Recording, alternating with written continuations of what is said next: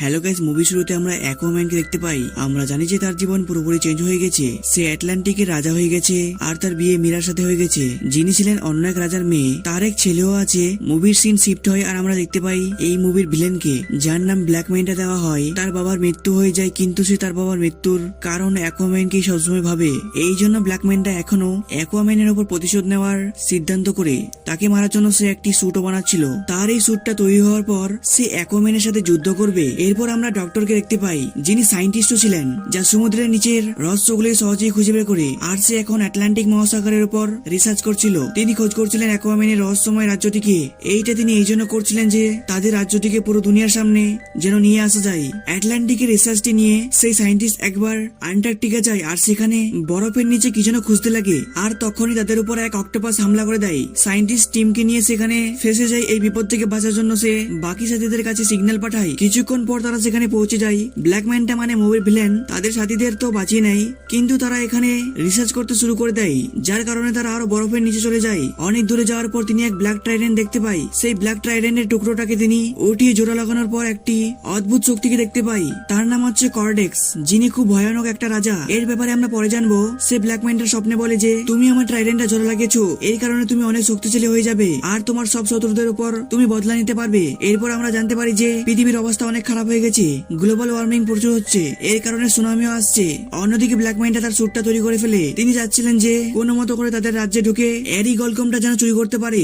এরি গলকম আটলান্টিক কিংডমের একটি পেট্রোলের মতো কাজ করে, এর অনেক উপকারিতা আছে। এরপর ব্ল্যাক ম্যান্টা অরি গলকম পাওয়ার জন্য আটলান্টিকের মধ্যে ঢুকে পড়ে আর সেখানে ঢোকা মাত্র একে অপরের মধ্যে যুদ্ধ চলে যায়। এরপর মীরা যুদ্ধ থামানোর জন্য ব্ল্যাক ম্যান্টার পাশে যায়, কিন্তু তিনি যে নতুন পাওয়ারফুল স্যুটটা পাওয়ার পর অনেক শক্তিশালী হয়ে পড়ে। এই জন্য সে মীরার উপর হামলা করে দেয়। ব্ল্যাক ম্যান্টা তাকে আরেকবার মারার জন্য আসে। তাকে সে কিছু করতো তার আগে সেখানে অ্যাকুয়াম্যান চলে আসে আর তার দুশ্মন ব্ল্যাক ম্যান্টার সাথে লড়াই করতে লাগে। লড়াই চলাকালীন ব্ল্যাক ম্যান্টাকে সিগন্যাল দেওয়া হয় যে তার টিম অ্যালগোরিদম খুঁজে নিয়েছে, এর মানে হচ্ছে সে এখান থেকে যেতে পারে। এই জন্য সে যুদ্ধ ছেড়ে চলে যায়। অন্যদিকে অ্যাকুয়াম্যানের ওয়াইফ, যার নাম হচ্ছে মীরা, তার পুরো শরীর খুব খারাপ হয়ে যায়। এরপর তাদের কাছে অ্যাকুয়াম্যানের মা আসে আর তাকে বলে যে এই বিষয়টা ভাবার যে ব্ল্যাক ম্যান্টা এখানে আটলান্টিকের অ্যালগোরিদম চুরি করতে এসেছিল, তাহলে বড় কিছু বিপদ হবে। এইসব কথা শুনে সে তার মাকে বলে যে এই বিষয়টার জন্য আমার ভাইয়ের হেল্প লাগবে, কারণ হচ্ছে যে তার ভাই এছাড়া সে আটলান্টিকের গোটা রাজ্যের সম্পর্কে ভালো রকম জানে। এইসব শুনে তার মা বলে যে তার ছেলে তো অন্য এক রাজ্যে বন্দী হয়ে আছে, সেখান থেকে কেমনি করে আসবে সে তার মাকে বলে যে সে তার ভাইকে সেখান থেকে ছাড়িয়ে নিয়ে আসবে। এরপর সে ফিশারম্যানের জেলে চলে যায় আর তাড়াতাড়ি করে তার ভাইকে খুঁজে নিয়ে সেখান থেকে পালিয়ে নিয়ে চলে আসে। কিন্তু তখনই সেখানকার গার্ড তাদেরকে ঘিরে নেয় আর তারা কোনো মতো করে পালিয়ে আসে। অরমের অবস্থা খুব খারাপ হয়ে গিয়েছিল, তাকে সেখানে ভালো মতো খেতে দিত না, এই জন্য তার পুরো শরীরটা শুকিয়ে গিয়েছিল। এরপর যখনই সে জলের স্পর্শে আসে তার পুরো শরীরটা শক্তিশালী হয়ে ওঠে আর তার কাছে আগের মতো পাওয়ার চলে আসে আর সে এক এক করে সবাইকে মারতে লাগে। এরপর তারা সেখান থেকে চলে যায় আর রাস্তায় আস্তে আস্তে তারা একে অপরের জীবন কেমন চলছে তা নিয়ে আলোচনা করতে লাগে। অর্থে বলে যে আমাকে তার এই রাজার কাজটা ভালো লাগছে না। এই শুনে তার ভাই হতাশ হয়ে যায়। সে তাকে বলে যে রাজার গদ্দির জন্য আমি যোগ্য ছিলাম, আমি ছোট থেকে চেষ্টা করছি, কিন্তু সেই গদ্দি তোকে দিয়ে দেওয়া হয়েছে। এরপর সে তারা কিংফিশের কাছে যায় আর তাকে ব্ল্যাক ম্যান্টার সম্বন্ধে পুছতে লাগে। উত্তরে ফিশম্যান তাকে বলে যে ব্ল্যাক ম্যান্টাকে তোমরা এক আইল্যান্ডে পাবে, সেটা রয়েছে সাউথ এরিয়াতে। এরপর তারা সাউথ এরিয়ার দিকে যেতে লাগে। সেখানে গিয়ে দেখে যে পুরো আইল্যান্ড চেঞ্জ হয়ে গেছে। এর মানে হচ্ছে যে অরিগলকমের ধোঁয়া জ্বলিয়ে সেখানে ফেলিয়ে দেওয়া হচ্ছে, যার কারণে আইল্যান্ডের গাছপালাগুলো এবং কীট পতঙ্গগুলো অনেক বড় বড় হয়ে গেছে আর সেখানকার ইঁদুরগুলো এত বড় হয়ে গেছে যে তাদেরকে দেখে হাতির মতো মনে হচ্ছে।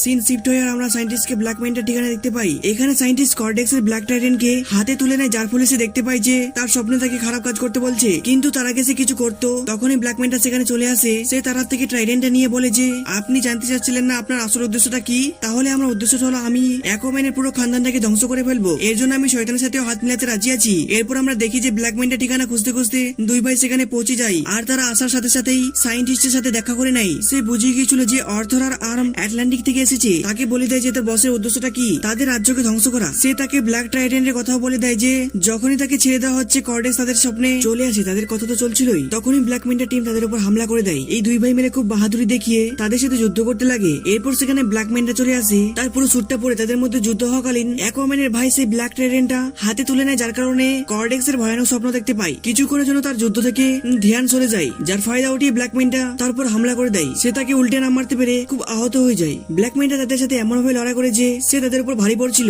এইসব থেকে বোঝা যাচ্ছে যে তারা প্রায় মৃত। তখনই তাদের বাঁচানোর জন্য মীরার বাবা চলে আসে, তাদেরকে সেখান থেকে বার করে নিয়ে চলে আসে এক সেফ জায়গায়। অরম তাদেরকে ব্ল্যাক ট্রাইডেন্ট এর ব্যাপারে সবকিছু বলে দেয়। আটলান্টিকে যিনি খোঁজ ছিলেন তিনি হচ্ছেন অর্থরের বাবা। তার কাছে একটি শক্তিশালী ট্রাইডেন্ট ছিল, এখন তার ছেলে কিং অর্থরের কাছে আছে। কিন্তু কিং অর্থরের এক ভাইও ছিল, সে হচ্ছে কর্ডেক্স। এই ব্ল্যাক ট্রাইডেন্ট তিনি বানিয়েছিলেন।